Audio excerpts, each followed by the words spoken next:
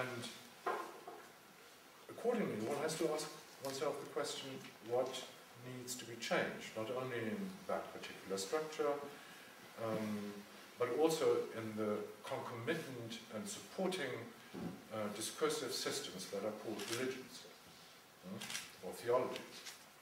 Evidently, both have to be changed somehow. Both have to be reduced to points where they are emptied out and where we can start anew in one way or the other. And I've tried to actually follow this path, both historically, by way of the following Hannah Arendt's suggestions of the perplexities at the end of human rights, through the clash between nation states and the universalist principles they are assumedly founded upon, and which at the same time they are the first to eliminate. The utter lack of any kind of international executive power, even juridical power. The United States, as you know, still refuse to subject themselves to an international court, which is a scandal of sorts, and one of the more actual incentives to think about these matters.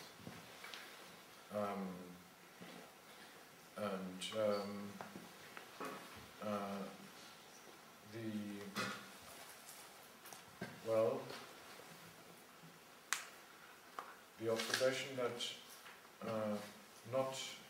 never in politics it is enough to change politics alone, but something that works as a support system, or even as the very infrastructure of this political system, needs to be changed, redetermined, redefined, reworked, worked over,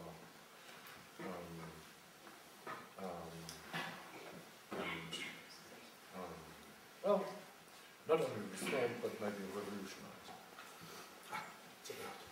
It's the R word. No, I mean, one shouldn't shy away from words. No. But isn't that, this is right, serve right? That's a great claim.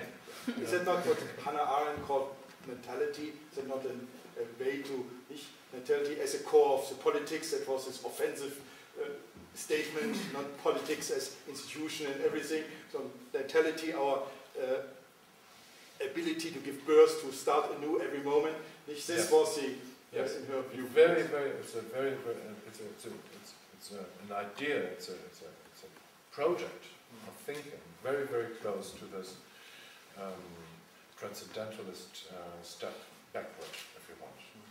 The right to have rights is indeed a step back to natality, Würdigkeit, Anfänglichkeit. This is something we enjoy here, so to speak. Okay, I see I have so many questions now, so I don't have to ask you. E and then yeah. But I let somebody else. So E first.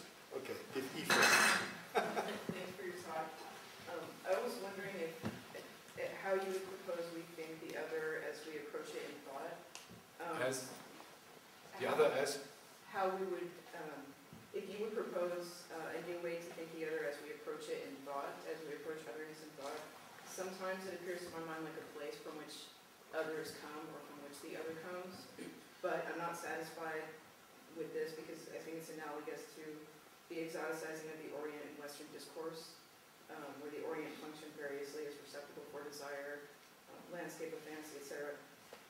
That discourse clearly foreclosed the possibility of a meeting with the other, and I was wondering if you thought there was a way to think and write on, about, and around the other that would be less of a violence, and maybe more generous. Also the other in thought, you are opposed that the other only appears in thought, is that in person, in the flesh. Okay. At this moment it's... No, in this paper I'm really concerned with rights. And if you want with rights and wrongs, and rights, you cannot touch upon them. How do you want to encounter them if not in thought? Thoughts are not something to be despised. You know? Thoughts are not something to be discarded because they are so vague, abstract, formal, linguistic, discursive, and so forth and so on. They do have their particular power, and you yourself are talking about violence. Yes, there is a certain, and I'm afraid, I think, irreducible violence in thinking. Give me a recipe to avoid it. Well, I just thought that you might have had something other than a spatial kind of conceptualization of the otherness as a place from which. Why spatial? Because that's how it occurs in my mind sometimes, and I'd like to. It's in your mind, so you're responsible for that. No, it is. But my aspect is the rights to give rights. I don't think why this has to be spatial. I don't quite understand it. Yeah. Okay, but because I mean, especially spatial matters are exposed to violence. I mean, that's really undeniable. Leicht beieinander wohnen die Gedanken, hart im Raum stoßen sich die Sachen. Okay. First, also remember that students. But we come back to that. Student in his class, they have to wait until the students who have not been in his class, because we should ask a question in class. Okay, so you have all. The next one is over. Or first say not in class. Okay. Also, if you want to do it on your own, fine. I only. I'm sure. No, sorry. You can do that, but I'm sorry. I know the name, so I don't have to say hi. Okay, Trista. Excellent. How would you characterize the human rights system that maybe can call it in non-Christian states? I don't know them. All I believe is that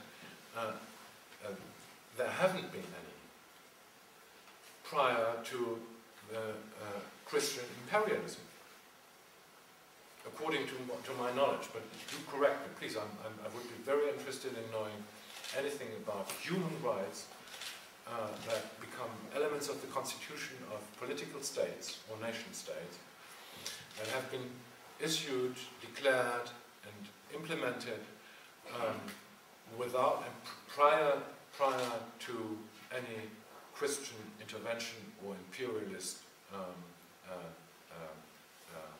occupation. Anybody knows that?